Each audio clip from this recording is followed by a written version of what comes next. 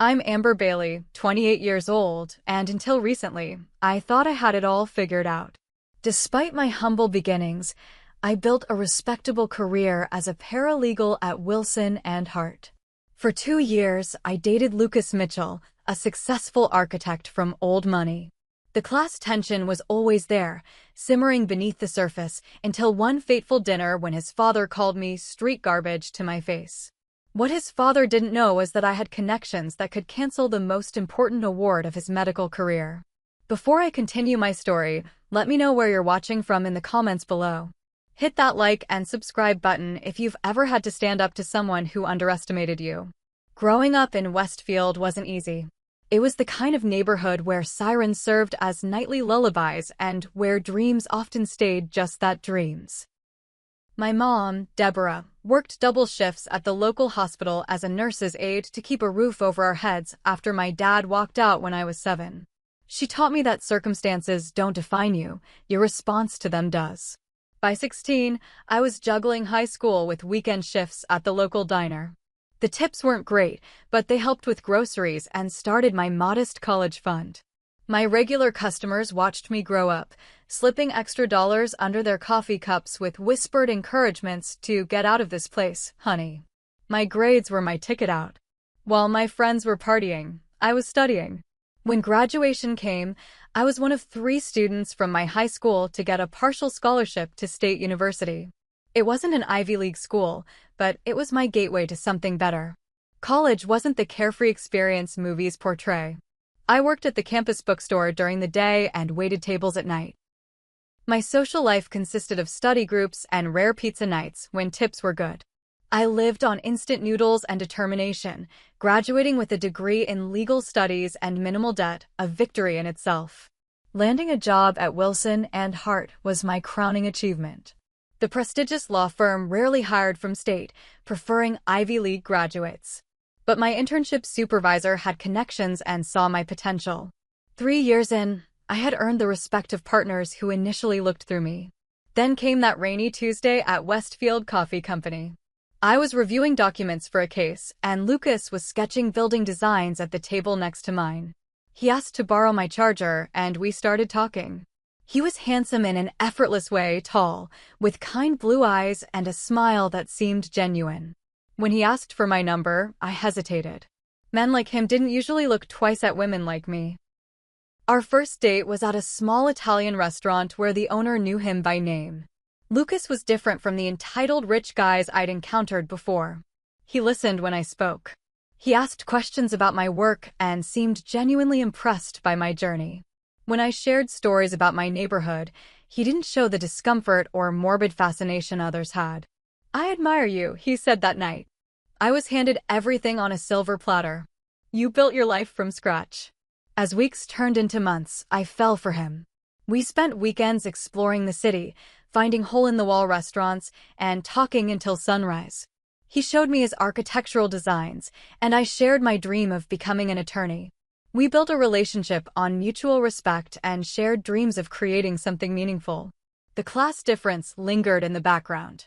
It emerged in small moments.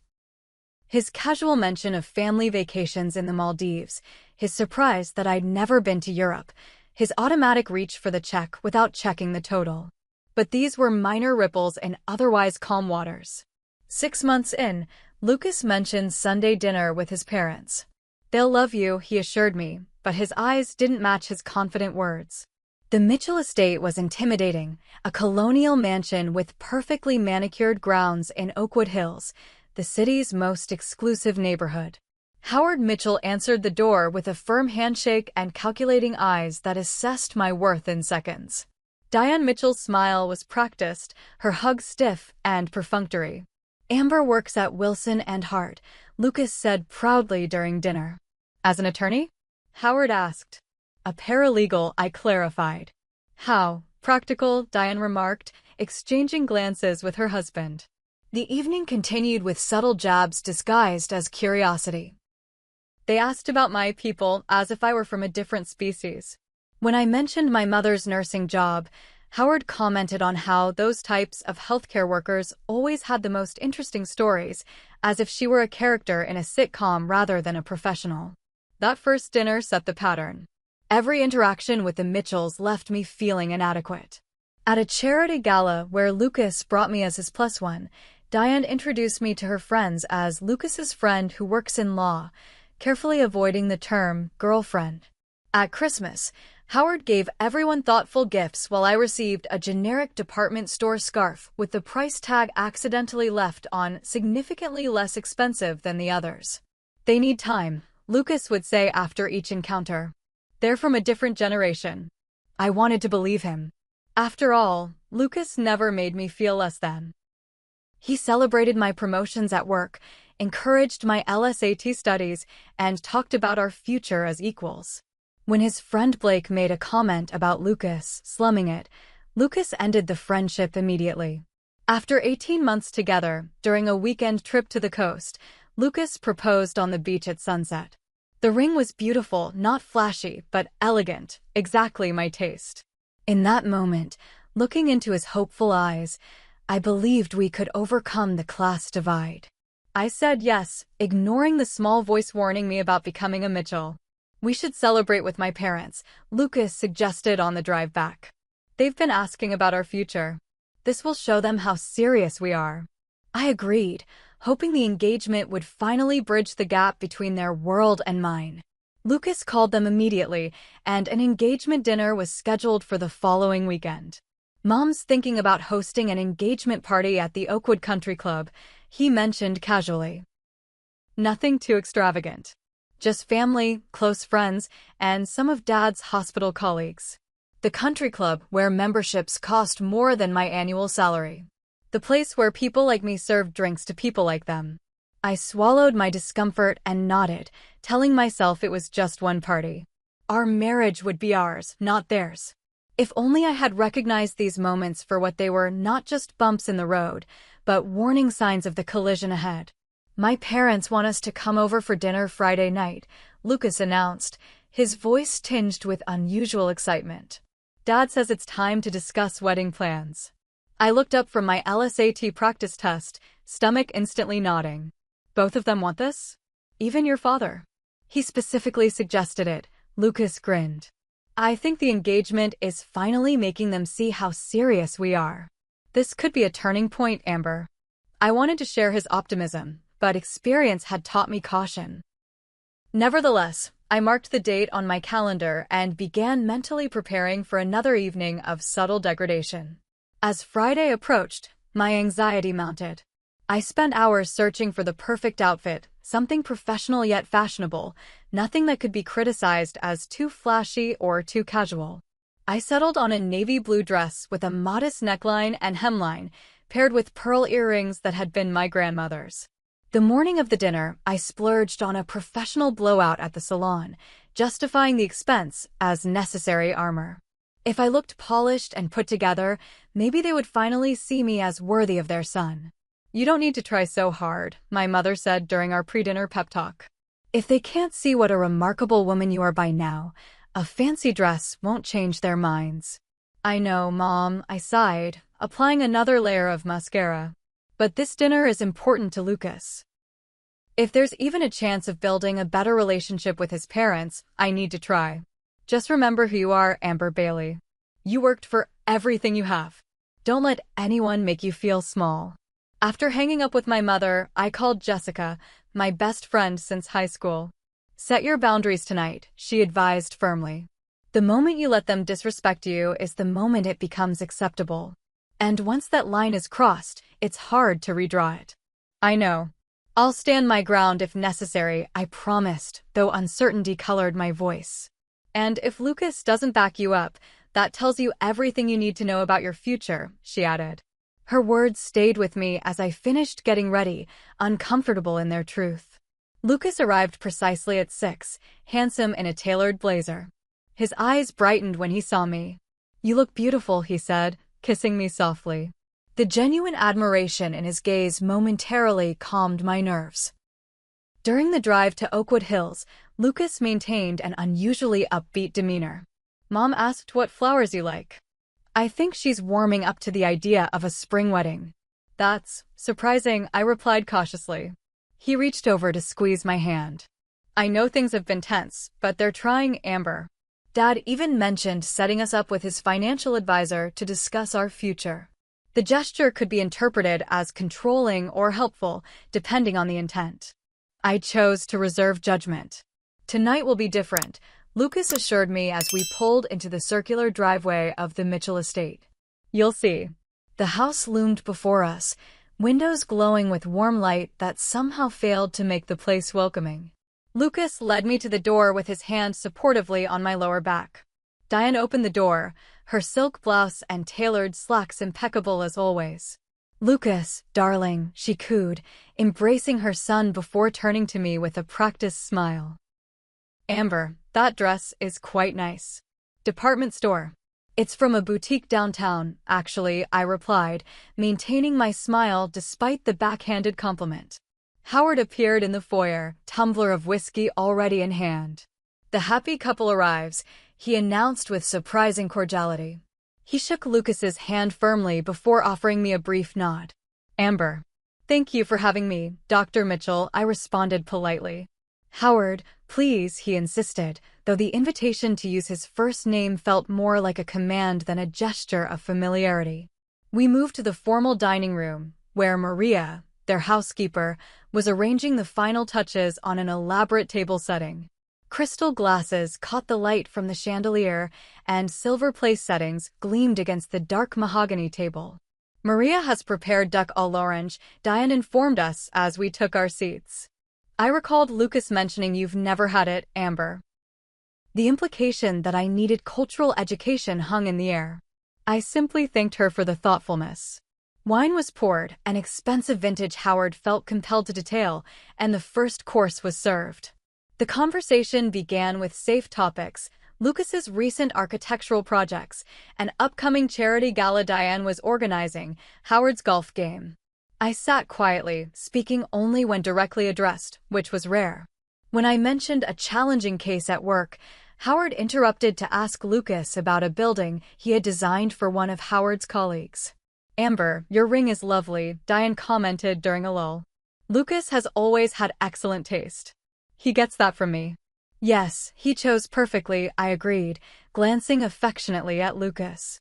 "It's exactly what I would have picked for myself." "Well, a Mitchell bride has certain expectations to uphold," she continued. "Speaking of which, I've been considering color schemes for the engagement party. Spring tones, I think. Pastel blues and soft pinks." "That sounds lovely," I said cautiously. "Though we haven't discussed colors yet ourselves." "Oh, there's so much to decide," Diane waved dismissively. "The country club has limited availability, so we've tentatively booked the grand ballroom for the second Saturday in June." I glanced at Lucas, who smiled encouragingly but failed to mention we'd discussed a fall engagement party, not summer. "June is just 3 months away," I noted. "Which is why we need to finalize the guest list soon," Howard interjected.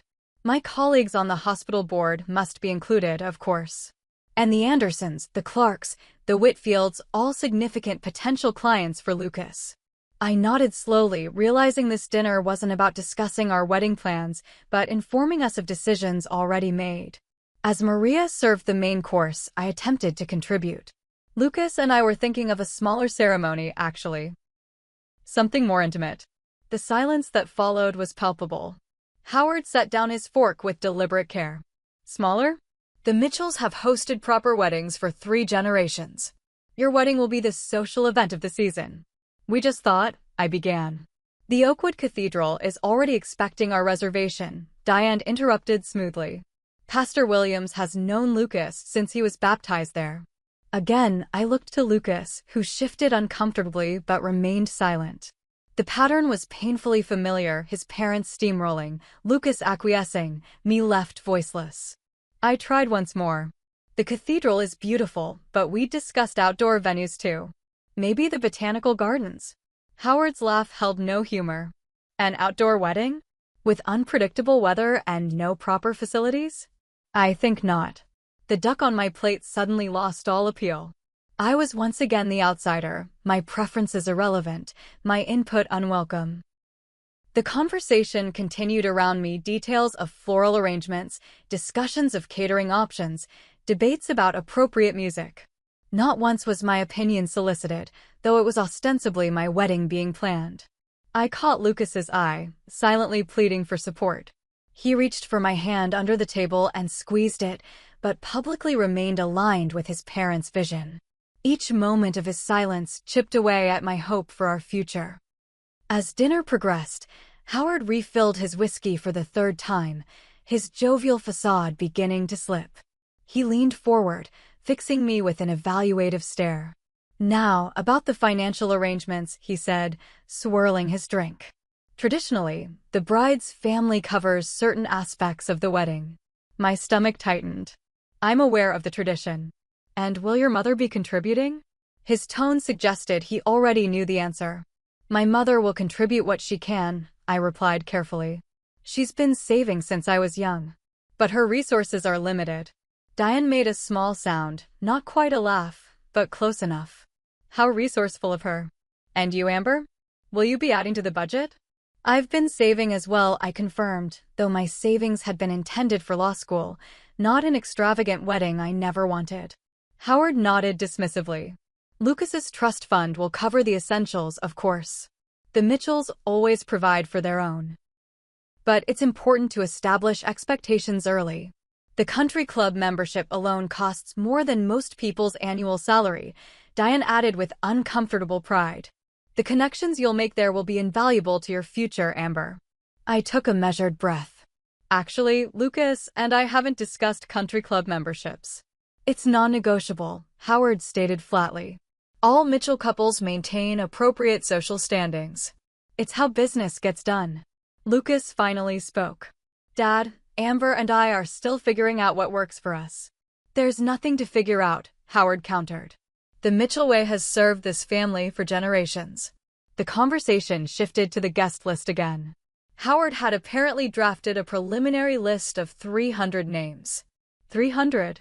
I echoed, unable to hide my surprise. "That seems excessive." "Nonsense," Howard scoffed. "My hospital colleagues alone account for 50 guests. Then there are my golf club associates, Diane's charity board members, Lucas's prep school connections." "What about my guests?" I asked.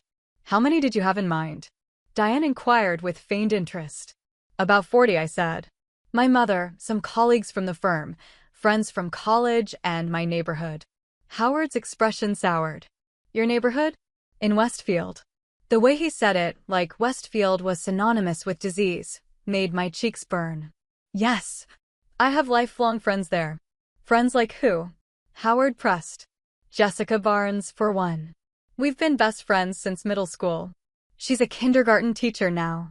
"A teacher," Diane repeated with that same dismissive tone. "And Marcus Wilson, who grew up across the street. He runs his family's hardware store."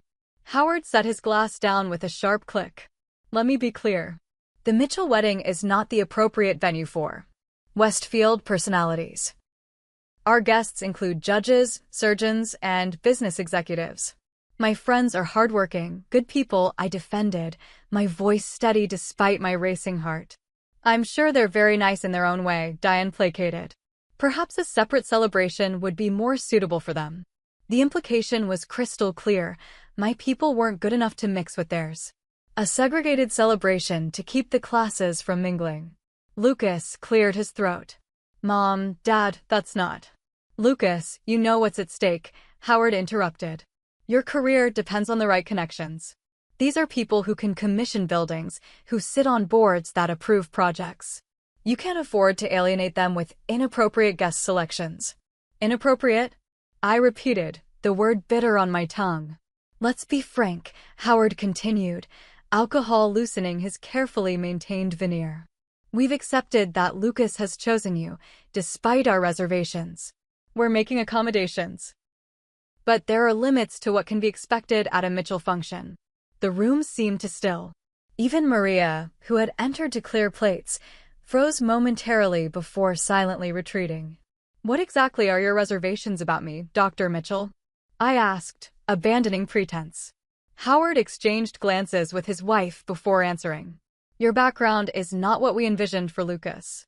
We've worked hard to provide him with advantages, connections, a certain standing in society. And while your Climb from your circumstances shows admirable determination. There are fundamental differences in outlook, in priorities, in social understanding, in worth. I suggested quietly. Don't put words in my mouth, Howard warned, though his expression confirmed my interpretation. I think we should redirect this conversation, Diane suggested, her smile strained. The important thing is planning a wedding that reflects the Mitchell name appropriately. A name I'll be taking, I pointed out. Howard's face darkened. A name that comes with responsibilities and standards.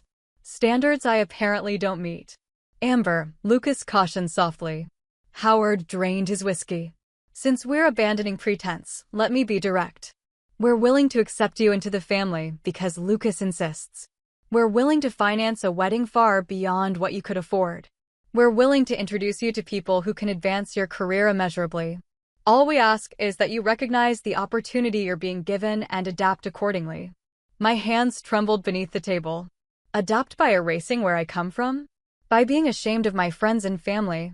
By understanding that certain elements of your past are better left there, in the past, Howard clarified coldly.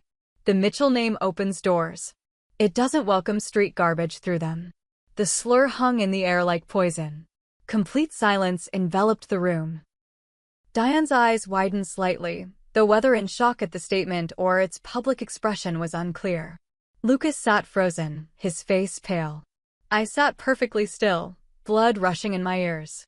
In all the subtle and not-so-subtle insults over 2 years, none had been so nakedly contemptuous. The term cut through any pretense of acceptance. Street garbage. That's what he saw when he looked at me. Not an accomplished professional. Not a woman who loved his son. Not even a human deserving basic respect. Garbage from the streets. I placed my napkin carefully on the table and stood, legs unsteady but dignity intact. Thank you for dinner, I said, voice remarkably steady. And for the clarity. Lucas finally seemed to unfreeze. Amber, wait. Dad didn't mean. I meant exactly what I said, Howard interrupted. It's time someone spoke honestly here. Howard. Diane hissed, false propriety finally breaking. I walked out without another word, my heels clicking sharply against the marble floor. The cool night air hit my face as I stepped onto the porch, tears threatening, but held back by sheer determination. The door opened behind me. Lucas emerged, distress evident on his face. Amber, I'm so sorry. He's had too much to drink. He doesn't speak for me. But he does speak for your family, I replied. And you didn't say anything. You sat there while he called me garbage. I was shocked. I didn't know what to. 2 years, Lucas. 2 years of subtle and not-so-subtle reminders that I don't belong in your world. 2 years of you promising they'll come around. And now I know they never will, because in their eyes, I'll always be trash from the wrong side of town. That's not true, he insisted, reaching for my hand. I love you. We can work through this. I stepped back. When someone shows you who they are, believe them. Tonight, your father showed me exactly what he thinks of me. And you showed me exactly how much you're willing to stand up for me, which is not at all. That's not fair. You know how important family connections are for my career, for our future. Our future, I repeated hollowly. A future where I'm tolerated as long as I erase my past, distance myself from my friends and family, and become the proper Mitchell wife? Where your father can openly insult me and face no consequences. He'll apologize when he's sober, Lucas promised. Will he? Or will he just be more careful about saying it to my face? I pulled out my phone. I'm calling an Uber. I need space to think. Let me drive you home, he pleaded. No. I can't be around you right now. The car service app showed a driver 7 minutes away. Go back inside, Lucas. Your parents are waiting. Amber, please. Don't let one bad night ruin everything we've built. This isn't about one night. It's about a pattern. It's about what our life together would actually look like. My voice broke slightly. And I'm not sure I can live that life anymore. The headlights of my Uber appeared at the end of the driveway. As I walked toward it, Lucas called after me, but I didn't turn back. In the car, I finally allowed the tears to fall, silent streams down my cheeks as we pulled away from the Mitchell estate and the future I had foolishly imagined there. The Uber driver mercifully remained silent during the 30-minute drive back to my apartment. I stared out the window, tears drying on my cheeks, the term street garbage echoing in my mind with each passing streetlight. Once home, I kicked off my heels and collapsed onto my couch. My phone buzzed repeatedly with messages and calls from Lucas, but I silenced it, needing space to process the evening's events. I changed into sweatpants and an old t-shirt, removing all traces of the carefully constructed image I'd presented at dinner. Without makeup and fine clothes, I studied my reflection in the bathroom mirror. Was this what Howard saw? A girl from Westfield trying to play dress-up in their world? Sleep evaded me that night. I replayed every interaction with the Mitchells, recognizing patterns I had willfully ignored. Howard's consistent dismissal of my achievements. Diane's backhanded compliments. Their joint efforts to reshape me into someone suitable for their son. And Lucas. Sweet, conflict-averse Lucas, perpetually caught between worlds, unwilling to fully commit to either. By dawn, my eyes were swollen from crying, but my mind was clearer. I had decisions to make that would determine not just my relationship with Lucas, but my relationship with myself. The doorbell rang just after 9 a.m. I knew who it was before opening the door. Lucas stood in the hallway, unshaven and tired, clutching a bouquet of pink peonies, my favorite flowers. "Can we talk?" I stepped aside to let him in, accepting the flowers without comment. "I didn't sleep at all," he began, pacing my small living room. "What my father said was inexcusable. I should have defended you immediately. I failed you, and I'm so sorry." "Why didn't you?" I asked simply. He ran his hands through his disheveled hair. I was shocked. I've never heard him speak that way. And then everything happened so fast. It may have been the first time he said it out loud, but it wasn't the first time he thought it, I pointed out. Your parents have made their feelings clear from day one. They're from a different generation, a different world. They don't understand people who haven't lived their privileged lives. Stop making excuses for them, Lucas. They understand perfectly well. They just don't respect anyone they consider beneath them. He sat heavily on my couch. I confronted them after you left. Dad tried to justify it at first, said he was just being honest. When I threatened to leave and not come back, he admitted he was out of line. But does he actually regret what he said, or just that he said it out loud? Lucas had no answer for that. This isn't just about one awful comment, I continued. It's about a pattern of behavior that would continue throughout our marriage. It's about the way your family views me and where I come from. It's about whether you're willing to stand with me as an equal partner or expect me to fit into their mold. I don't expect that, he protested. I love you for who you are. But you're willing to let them disrespect me to maintain family harmony. That's not love, Lucas. That's convenience. His shoulders slumped. What are you saying? I'm saying I need time to think about whether this relationship has a future. Amber, please. We can work through this. Maybe. But I need space to decide if that's what I want. I twisted the engagement ring on my finger. I won't be attending any events with your family until I've made that decision. Lucas looked stricken but nodded. Take whatever time you need. I'll wait. And I'll make it clear to my parents that their behavior has to change. After he left, I called my mother. Her shift had just ended, and she arrived at my apartment an hour later, arms open for the hug I desperately needed. I recounted the previous night's events, including the street garbage comment. Mom's expression hardened, but she wasn't surprised. People like Howard Mitchell believe they're superior by birthright, she said, squeezing my hand. No achievement of yours will ever be enough because, in his mind, your worth was determined by where you were born and to whom. What should I do, Mom? She sighed. Only you can answer that, honey. But I will say this. Marriage is hard enough without marrying into a family that sees you as beneath them. And a man who won't stand up for his wife to his parents won't stand up for her to anyone. Her words stayed with me as I called Jessica, who came over that evening with ice cream and righteous indignation. I knew that family was trouble from the start, she fumed. Howard Mitchell may be a renowned surgeon, but he's still trash in a $1,000 suit. Despite my hurt, I smiled at her fierce loyalty. I love Lucas, I admitted. but I'm starting to wonder if that's enough. Love without respect is just attachment, Jessica said, handing me a spoon. You deserve both. The following Monday, I returned to work, grateful for the distraction. During lunch, my colleague Diana noticed my subdued mood and invited me to join her. Relationship troubles? She guessed astutely. I nodded, sharing a condensed version of recent events. My first marriage was to a man from a family like that, she revealed. Old money, generations of privilege. They never accepted me, despite my Harvard Law degree, because my parents were immigrants who owned a restaurant. What happened? We lasted 3 years. Every holiday was tense, every family event a reminder that I didn't belong. Eventually, the constant disapproval created a wedge between us. He resented me for not trying harder to fit in. I resented him for expecting me to. How did you know when to end it? I asked. When I realized I was becoming someone I didn't recognize. Someone smaller, less confident, always apologizing for taking up space in their world. She smiled sadly. The day I filed for divorce was the day I reclaimed myself.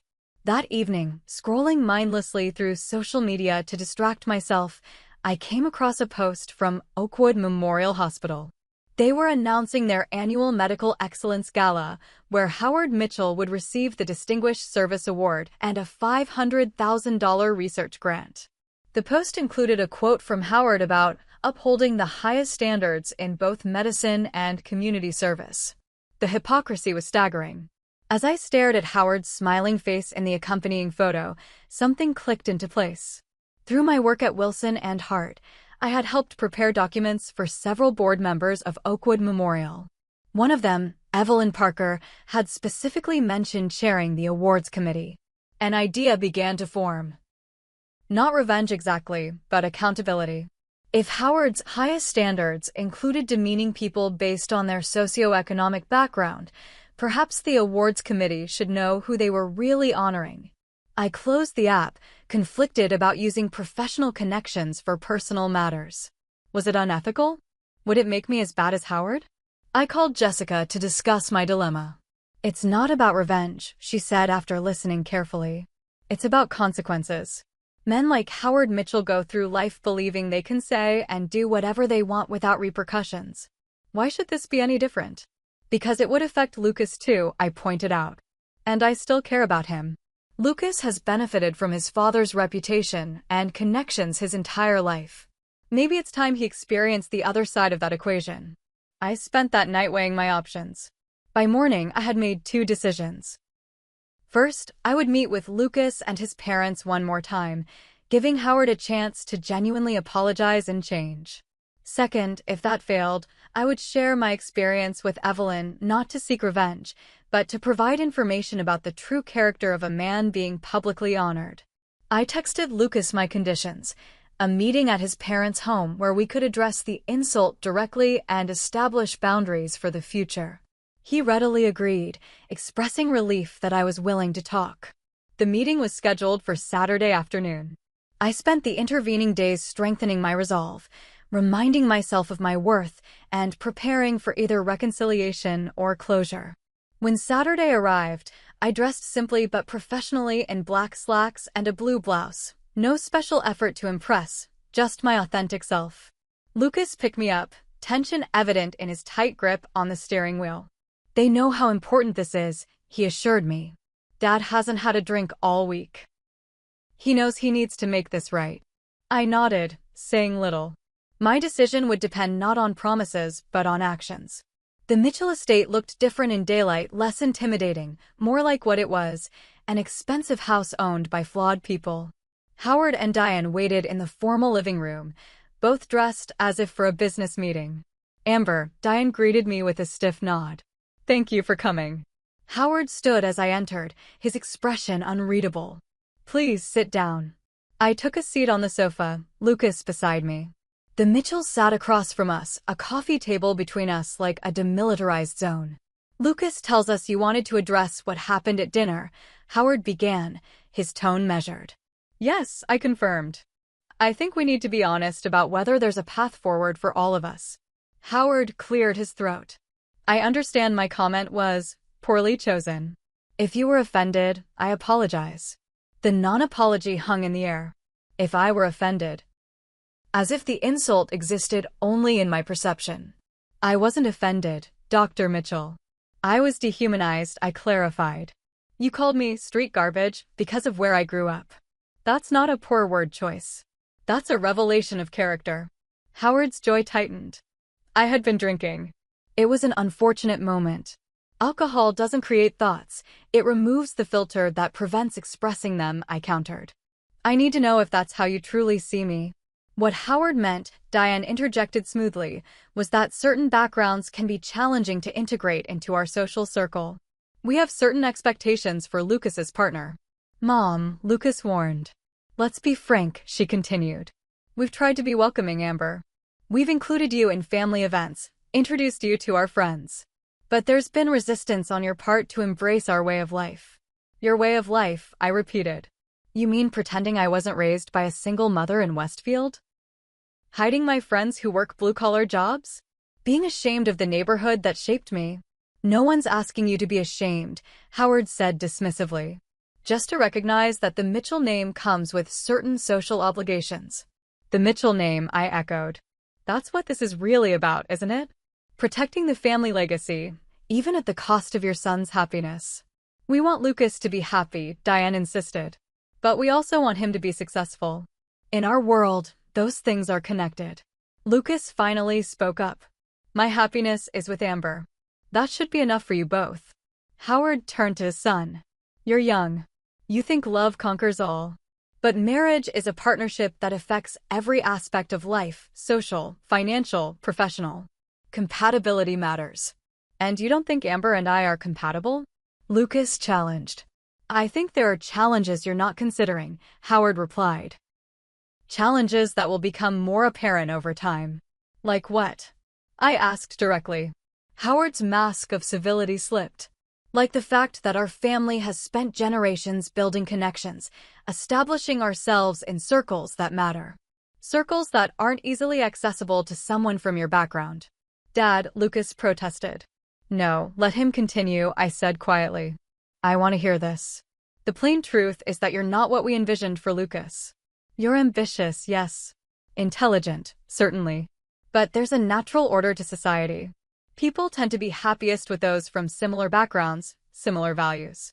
And you think you know my values based on my zip code?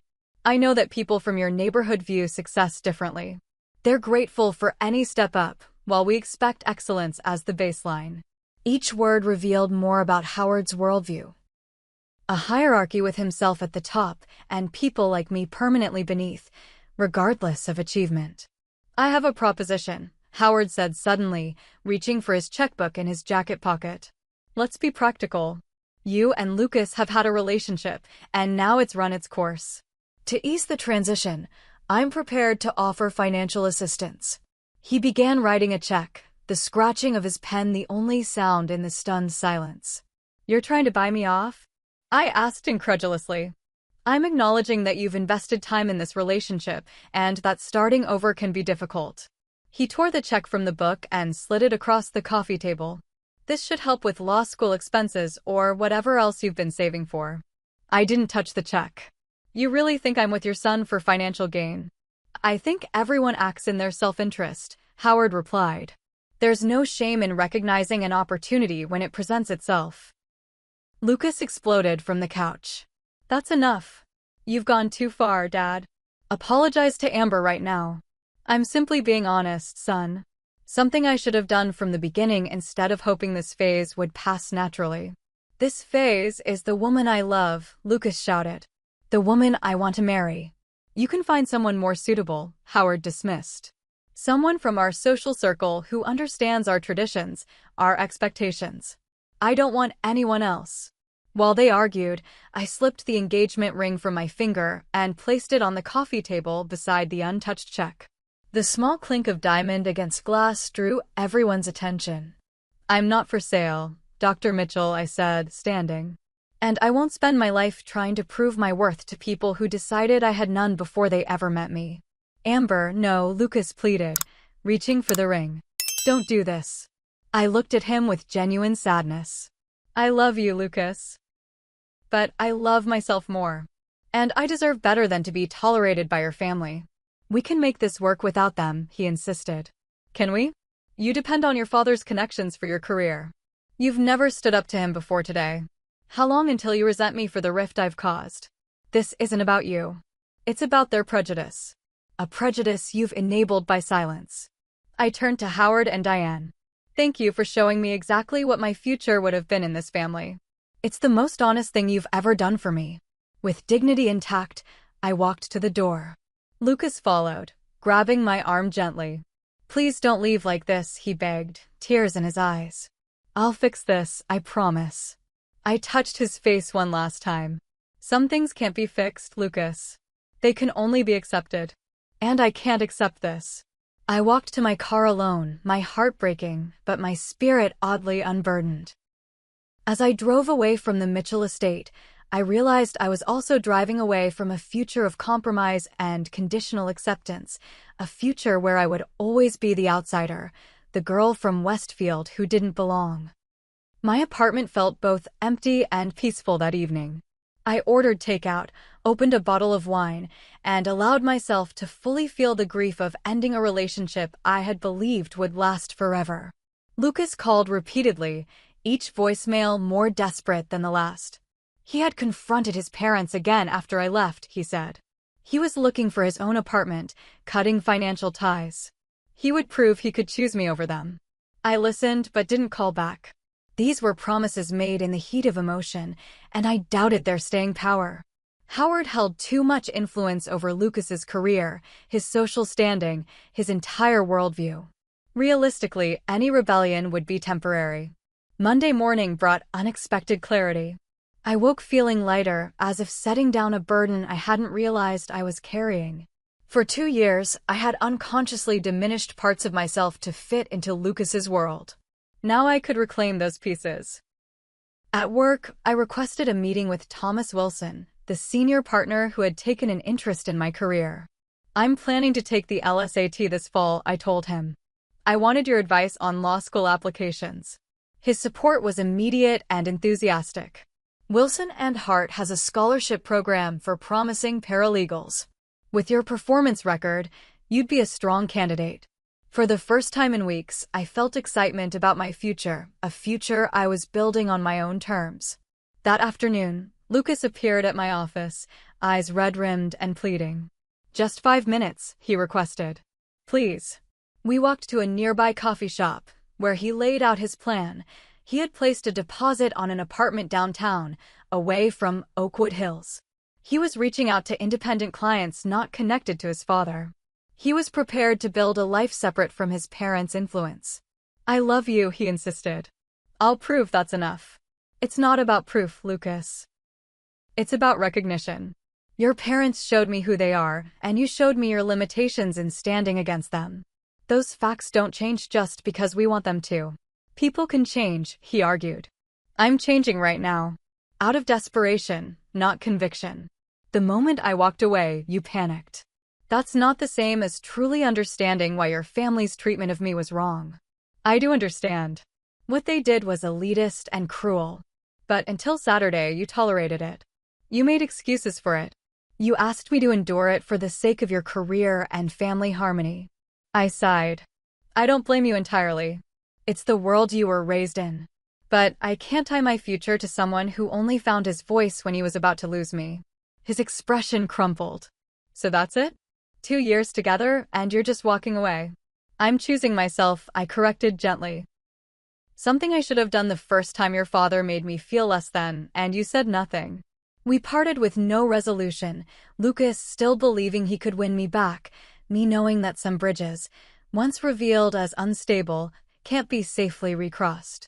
3 days later, Diane Mitchell called me, the first direct contact she had ever initiated. Amber, she began without preamble. Lucas is distraught. Howard and I are concerned about his mental state. I'm sorry to hear that, I replied carefully. But Lucas is an adult. His emotional well-being isn't my responsibility anymore. He's threatening to withdraw from family business interests. Do you understand what that would mean for his future? For the Mitchell legacy? I understand that Lucas is making his own choices, just as I've made mine. She sighed with exasperation. What will it take to resolve this situation? Howard is prepared to apologize more formally if that would help. This isn't a negotiation, Mrs. Mitchell. I'm not withholding forgiveness to extract concessions. I've simply recognized that your family and I have incompatible values. Values? She echoed incredulously. This is about Lucas's happiness. Is it? Because it sounds like it's about preserving the Mitchell business interests and social standing. A telling silence followed. Perhaps we should meet again, she finally suggested. All of us. Clear the air properly. After considering the request, I agreed. Not because I believed reconciliation was possible, but because proper closure might help Lucas accept our breakup and move forward. The following evening found me once again in the Mitchell living room. This time, Lucas sat beside his parents rather than me, a visual confirmation of where allegiances ultimately lay. Howard spoke first, his apology clearly rehearsed. My comment was inappropriate and does not reflect the values our family stands for. I hope you can accept my sincere regret for any hurt caused. It was the careful apology of a man accustomed to managing public relations, not a genuine acknowledgement of wrongdoing. Thank you for saying that, I replied neutrally. Excellent, Diane smiled tightly. Now we can put this unfortunate incident behind us and return to planning your future together. That's not why I came, I clarified. I appreciated the opportunity for a proper conversation, but my decision stands. Lucas and I won't be getting married. This is absurd, Howard exploded, facade cracking. One regrettable comment, and you're willing to throw away everything? It wasn't one comment. It was the culmination of 2 years of subtle and not-so-subtle reminders that I don't belong in your world. We invited you into our home, introduced you to our circle, Diane protested. As a project to be improved, not a person to be accepted, I countered. Every interaction came with the implication that I needed to change to be worthy of the Mitchell name. All young women adapt when they marry into established families, she dismissed. It's part of growing up. Adaptation is mutual. What you wanted was erasure of my background, my connections, my identity. Howard's patience visibly thinned. Let's be practical. Lucas has certain responsibilities as a Mitchell. The family name opens doors, creates opportunities. But it also comes with expectations. Expectations that apparently include marrying someone from the right background, I noted. Someone who understands the social dynamics, yes, Howard confirmed unapologetically. Someone who enhances rather than complicates his professional prospects. Lucas shifted uncomfortably. Dad, you're not helping. I'm being honest, which is apparently what Amber wants. Howard leaned forward. The truth is, your relationship was always going to face challenges because of these differences. Better to recognize that now than after years of trying to force compatibility that isn't there. His candor was almost refreshing in its naked prejudice. He truly believed people should remain in their assigned social stations. I appreciate your honesty, I said. And I agree that compatibility is essential in marriage. Lucas and I are compatible as individuals, but not within the constraints your family imposes. What does that mean? Lucas asked. It means that who you are with me one-on-one is different from who you are as Howard Mitchell's son. And ultimately, you can't separate those identities. Howard nodded approvingly. Finally, some sense. You see it now, don't you? The insurmountable differences. The only insurmountable difference is that I refuse to devalue myself to meet your arbitrary standards of worth, I clarified. And Lucas lacks the courage to stand against those standards. I am standing against them. Lucas protested. I'm moving out, seeking independent clients. Temporarily, I interrupted gently. Until this blows over and you can return to the comfort and privilege of being a Mitchell. That's unfair, he insisted. Is it? Then tell me this. If your father threatened to disinherit you completely, no connections, no trust fund, no family name advantage, would you still choose me? His hesitation was answer enough. Howard actually smiled. He's being realistic. The Mitchell name is worth millions in connections and opportunities. No sensible person would abandon that for a romantic notion. And that's where we fundamentally disagree, I said, standing to leave. Because I believe human dignity isn't negotiable. I believe love that comes with conditions isn't love at all. And I believe the Mitchell name, for all its prestige, isn't worth the cost of admission. Where are you going? Lucas asked desperately. Home. This conversation has clarified what I already knew. I turned to Howard. Your apology is accepted but changes nothing. Your values and mine are incompatible. I handed Lucas a small box containing the few belongings he had kept at my apartment. I wish you well, Lucas. I hope someday you find the courage to define success on your own terms, not your father's. Howard stood as I headed for the door. You know, I offered you a generous settlement. Most people in your position would have taken it. I paused, turning back with a smile. That's where you're wrong, Dr. Mitchell. You see me as street garbage who would naturally grab any financial opportunity. But that perception says more about your values than mine. I was raised to believe my dignity isn't for sale at any price. With those words, I left the Mitchell estate for the final time, my heart bruised but my self-respect intact. In choosing myself over the Mitchell name and all it represented, I had reclaimed something far more valuable than what I was leaving behind. The week after my final meeting with the Mitchells, I threw myself into work and LSAT preparation. Jessica checked on me daily, alternating between encouraging pep talks and creative suggestions for Howard Mitchell voodoo dolls. I'm actually doing okay, I told her during our Friday night wine session. Better than I expected. Because you chose yourself, she said, refilling our glasses. That's always the right decision, even when it hurts. I nodded, thinking about Lucas. He had stopped calling after our last meeting, finally accepting the finality of our breakup. According to mutual acquaintances, he had indeed moved into his own apartment, but was still working primarily with clients connected to his father. Have you seen the announcements for that fancy hospital award thing? Jessica asked, scrolling through her phone. They're doing a big publicity push. I had seen them. Oakwood Memorial Hospital had begun promoting their annual Medical Excellence Gala across social media and local newspapers.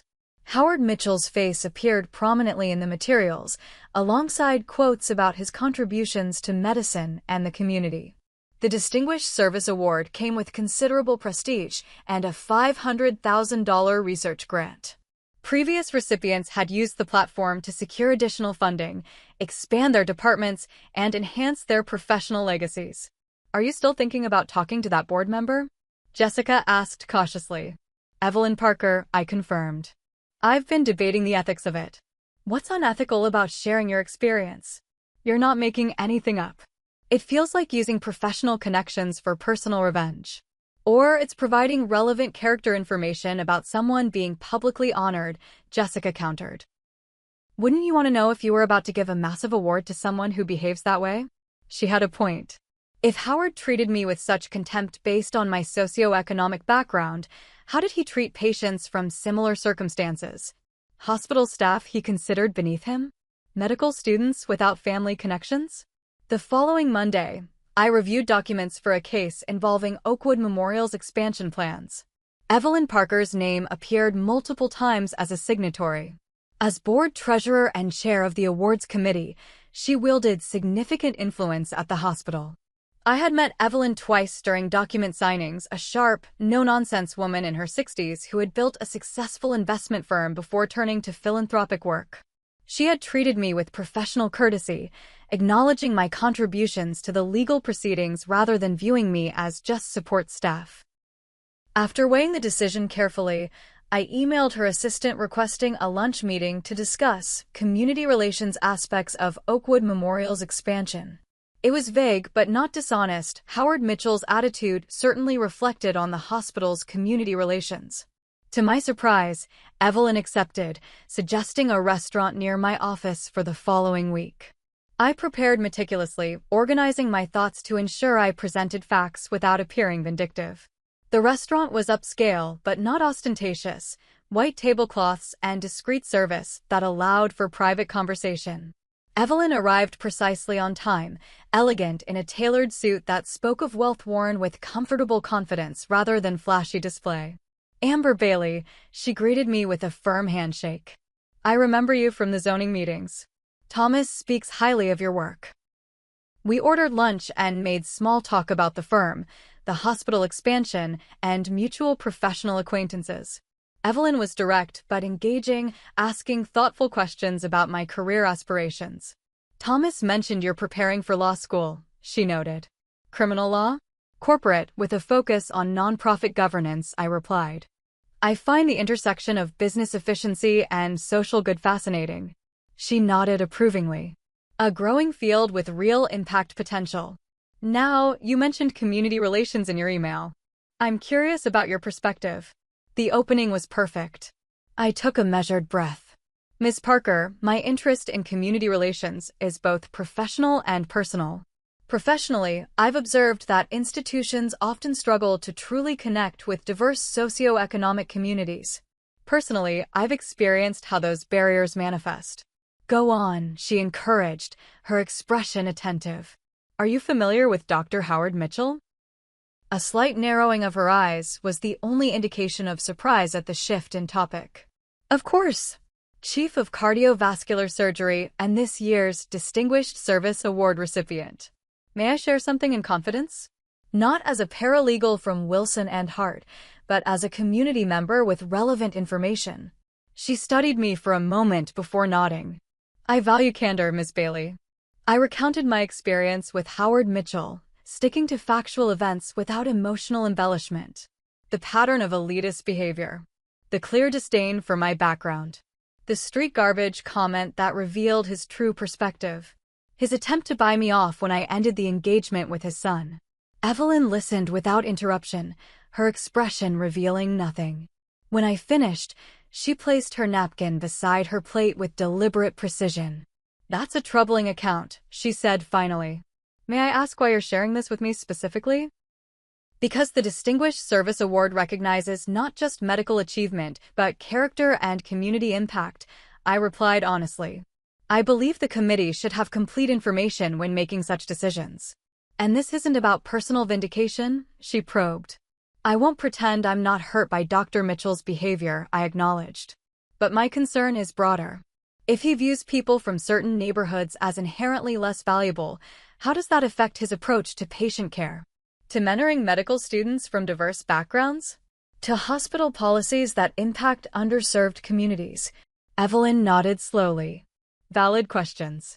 Do you have any documentation of these incidents? I hesitated. Some. Text messages from Lucas acknowledging his father's behavior. Emails where Dr. Mitchell dictated wedding terms with clear classist undertones.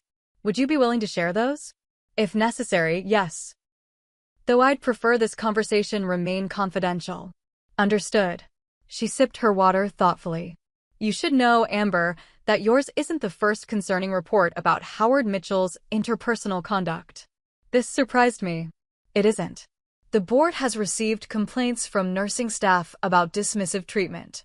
From patients who felt their concerns were minimized. From medical students without connections who described unequal mentoring opportunities. She sighed. Brilliant surgeons aren't always brilliant human beings. Then why honor him? His surgical outcomes are exceptional. His research contributions significant. And frankly, his family name carries weight with donors. She met my eyes directly. But the Distinguished Service Award explicitly recognizes character and community impact, not just technical skill. So what happens now? I asked. The awards committee will need to review this information. Confidentially, of course. She reached for her purse, extracting a business card. If you're willing to provide those texts and emails, please send them directly to me. I'll ensure they're handled appropriately. That evening, I forwarded the relevant documentation to Evelyn, feeling neither triumph nor regret, just a quiet certainty that I was doing the right thing. This wasn't about hurting Howard Mitchell. It was about upholding the integrity of an award meant to recognize genuine service. 2 weeks passed without further communication from Evelyn. I focused on work and LSAT preparation, gradually rebuilding my life without Lucas. We had no contact, though mutual friends reported he seemed withdrawn and uncommitted to the independent path he had claimed to be forging. Then, browsing local news one evening, I saw the headline, Oakwood Memorial Hospital postpones Distinguished Service Award pending review. The brief article stated that the awards committee had received new information requiring evaluation and would delay the presentation originally scheduled for the upcoming gala. No recipient was named, though Howard had previously been announced. My phone rang almost immediately. Lucas. After a moment's hesitation, I answered. Did you do this? He demanded without preamble, voice tight with anger. Do what exactly? Don't play dumb, Amber. Dad's award is suddenly under review right after you threatened to expose him. I never threatened anything, I corrected calmly. I shared factual information with a relevant party. You had no right to interfere with his career. I had every right to tell my truth. If the hospital considers that truth problematic, that's their decision, not mine. Lucas made a frustrated sound. Do you have any idea what you've done? This award was important to him, to our family name. The Mitchell name again, I noted. Always the priority. This is vindictive, and you know it. No, Lucas. Vindictive would be making things up to hurt your father. I simply told the truth about how he treats people he considers beneath him. If that truth damages his reputation, perhaps the problem lies with his behavior, not my honesty. He's a brilliant surgeon who's saved countless lives. And he can continue saving lives without receiving an award that specifically honors character and community service. The line went silent for several seconds. When Lucas spoke again, his voice was quieter but still tense. Dad's furious. He's convinced you orchestrated this to punish him. Of course he believes that, I said sadly. He can't imagine I acted from principle rather than pettiness, because that's not how he operates. Everything is transactional to him, power, status, even relationships. He wants to know who you talk to. That's confidential. Amber, please. He's making himself sick over this. The board is reviewing his entire professional history. For a moment, I felt a flicker of doubt. Had I gone too far? But then I remembered Howard's cold eyes as he called me street garbage, his smug certainty as he tried to buy me off, his lifelong pattern of judging human worth by zip code and family name. I'm sorry this is difficult for your family, I said sincerely. But I won't apologize for speaking truth to power. That's something my street garbage upbringing taught me. I ended the call, emotions conflicted. I hadn't wanted to hurt Lucas, who was as much a product of his upbringing as I was of mine. But I couldn't regret holding Howard accountable, perhaps for the first time in his privileged life. The following week, Evelyn Parker requested another meeting, this time at her office. The board had conducted a thorough review, interviewing hospital staff across departments about Howard Mitchell's professional conduct. The pattern was consistent, she informed me. Respectful treatment of those he considers peers or superiors. Dismissive, sometimes demeaning behavior toward those he considers beneath him, particularly staff from diverse backgrounds and patients from lower-income neighborhoods. I'm not surprised, I admitted. But I'm sorry to hear it confirmed. The board has decided to award the Distinguished Service Honor to Dr. Elena Rodriguez instead. Her clinical outcomes match Dr. Mitchell's, and her community outreach program has significantly improved cardiac care access in underserved neighborhoods. I nodded, feeling a complex mix of vindication and sadness. How did Dr. Mitchell take the news? Poorly, Evelyn admitted. He threatened legal action initially, though his attorney likely advised against it since a lawsuit would make the board's findings public. She studied me thoughtfully. You took a significant risk sharing your experience, Amber. That took courage. It felt necessary, I replied simply. As I left Evelyn's office, my phone buzzed with a text from an unknown number. It was Howard Mitchell. Congratulations. You've managed to damage a reputation built over 30 years of saving lives. I hope your vendetta brought you satisfaction. I didn't respond. There was nothing to say to a man who still couldn't see that his own actions, not my reporting of them, had damaged his reputation. Some people never learn, regardless of how many expensive degrees hang on their walls. That evening, I deleted Howard's text and blocked the number. The Mitchell chapter of my life was closing, and I was ready to write my own story moving forward, one where I define success not by external validation, but by remaining true to my values and honoring where I came from. 6 months passed. Spring blossomed into summer, and summer mellowed into fall. The leaves in the city park near my apartment turned brilliant shades of gold and crimson, a visual reminder of life's continuous transformations. Professional changes accompanied the seasonal shift. Thomas Wilson had made good on his promise to support my law school aspirations, recommending me for the firm's scholarship program. With financial concerns eased, I focused on LSAT preparation with renewed determination, scoring in the 170s on practice tests.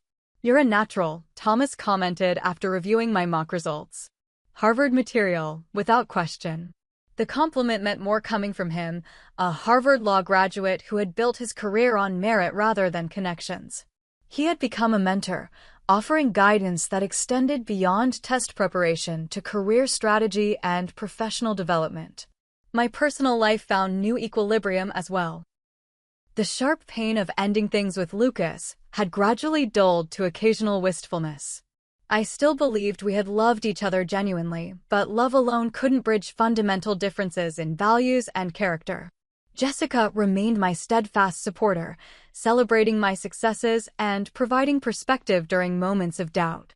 My mother, too, stood firmly in my corner, her pride evident in daily texts and weekly dinner dates where she listened attentively to my law school plans. "You were always meant for more than most people could see," she told me during one such dinner. "But you never forgot where you came from. That's your strength, Amber."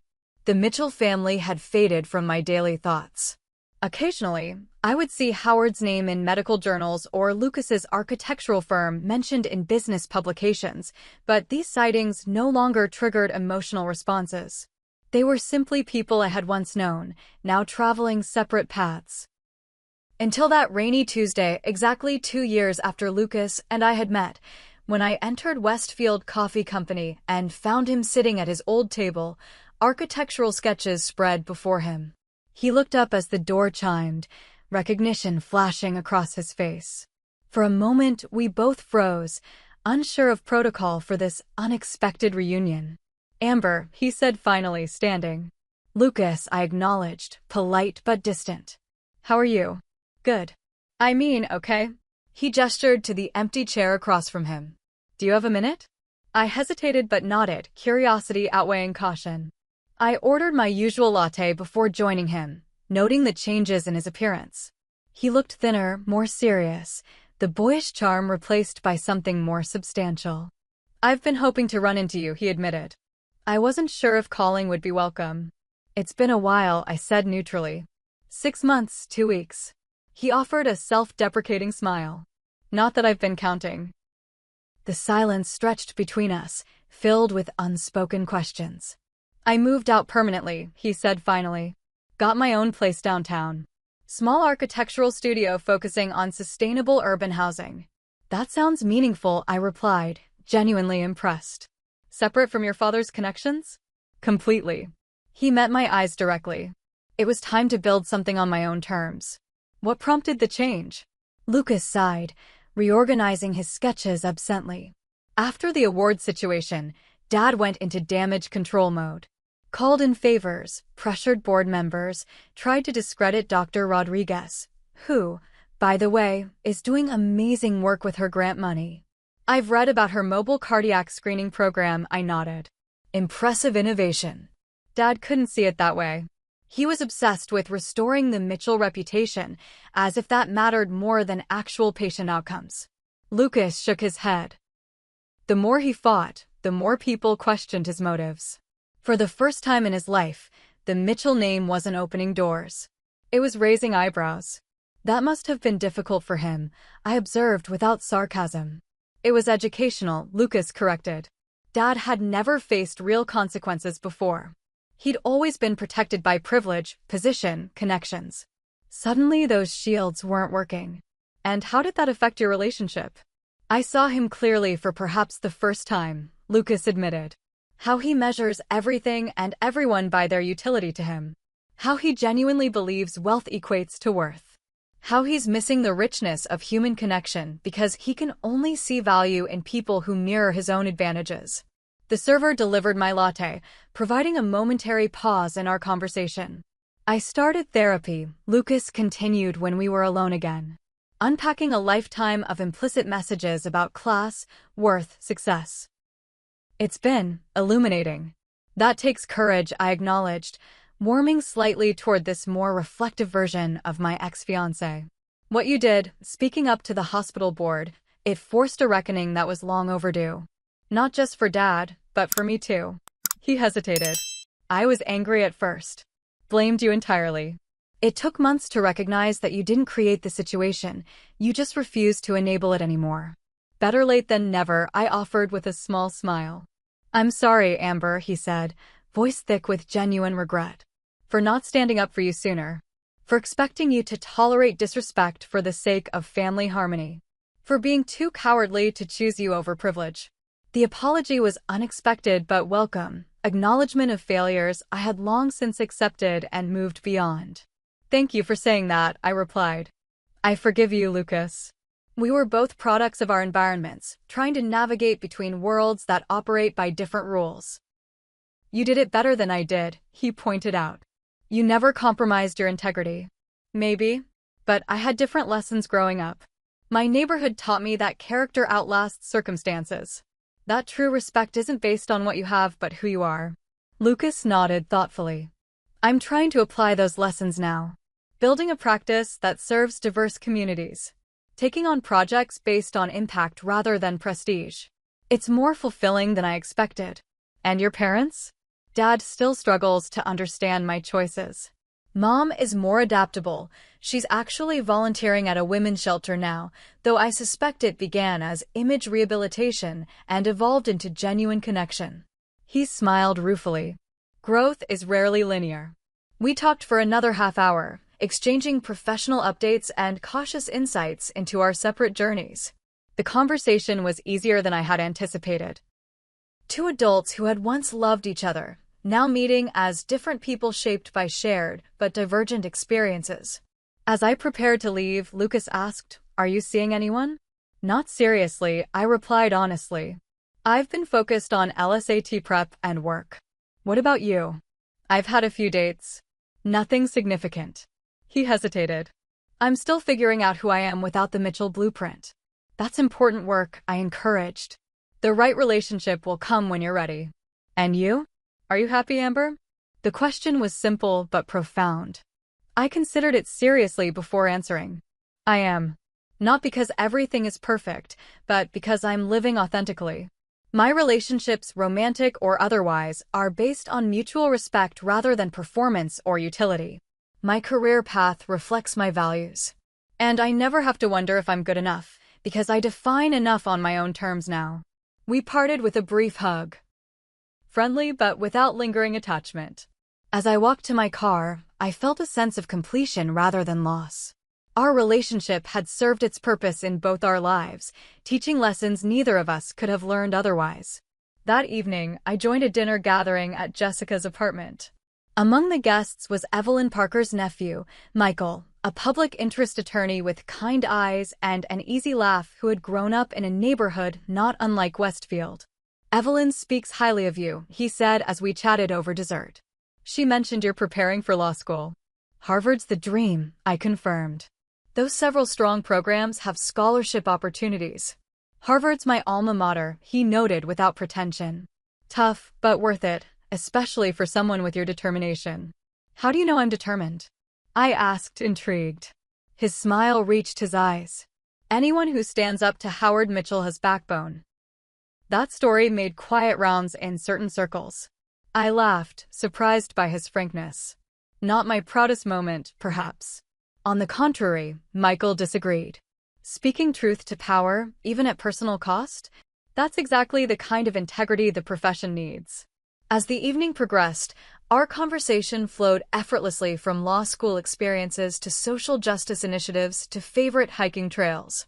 Michael listened as attentively as he spoke, asking thoughtful questions about my background with genuine interest rather than anthropological curiosity. When he asked for my number at the end of the night, I provided it without hesitation. Whether our connection developed into friendship, romance, or simply professional networking, it began with mutual respect and genuine interest, a foundation far stronger than the gilded facade of the Mitchell world. In the months that followed, my relationship with Michael evolved naturally. Unlike my time with Lucas, there were no family expectations to navigate, no social hoops to jump through. We connected as equals, each valuing the other's journey and perspective. My friendship with Evelyn Parker flourished as well, evolving into a mentorship that proved invaluable as I navigated law school applications and career planning.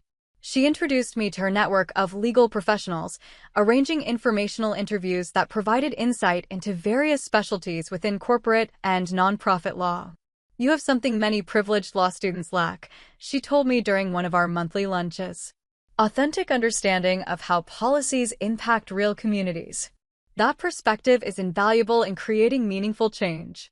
My mother's pride continued to be my greatest reward. When I received my LSAT scores, 175, well above Harvard's median, she framed the report and hung it beside her nursing certification in our family home. "Look how far we've come," she whispered, embracing me with tears in her eyes. From Westfield to Harvard Law. The journey wasn't complete, of course. Law school would bring new challenges, new tests of character and resilience. But I faced the future with confidence rooted in self-knowledge and hard-won wisdom. The Mitchell experience had taught me valuable lessons, that worth isn't determined by wealth or social standing, that genuine respect can't be bought or inherited, that standing up for your dignity may cost relationships, but preserves something far more precious: your sense of self. Most importantly, I learned that sometimes losing what you thought you wanted leads you to what you truly deserve, a life where you're valued not despite your background, but because of the strength, perspective, and authenticity it has given you. As I sit here writing this, I'm reminded that we all face crossroads where we must choose between acceptance on compromised terms or the harder path of authentic self-respect. If you're at such a crossroads now, remember that you deserve relationships, romantic, professional, familial, where your worth isn't conditional on performing or conforming to someone else's expectations. The right people will value your unique journey. The right opportunities will build on your authentic strengths. And the right path forward will honor where you've been while opening doors to where you're meant to go. Have you ever had to choose between acceptance and self-respect? Share your experience in the comments below. And if this story resonated with you, please like, subscribe, and share with someone who might need this reminder of their inherent worth.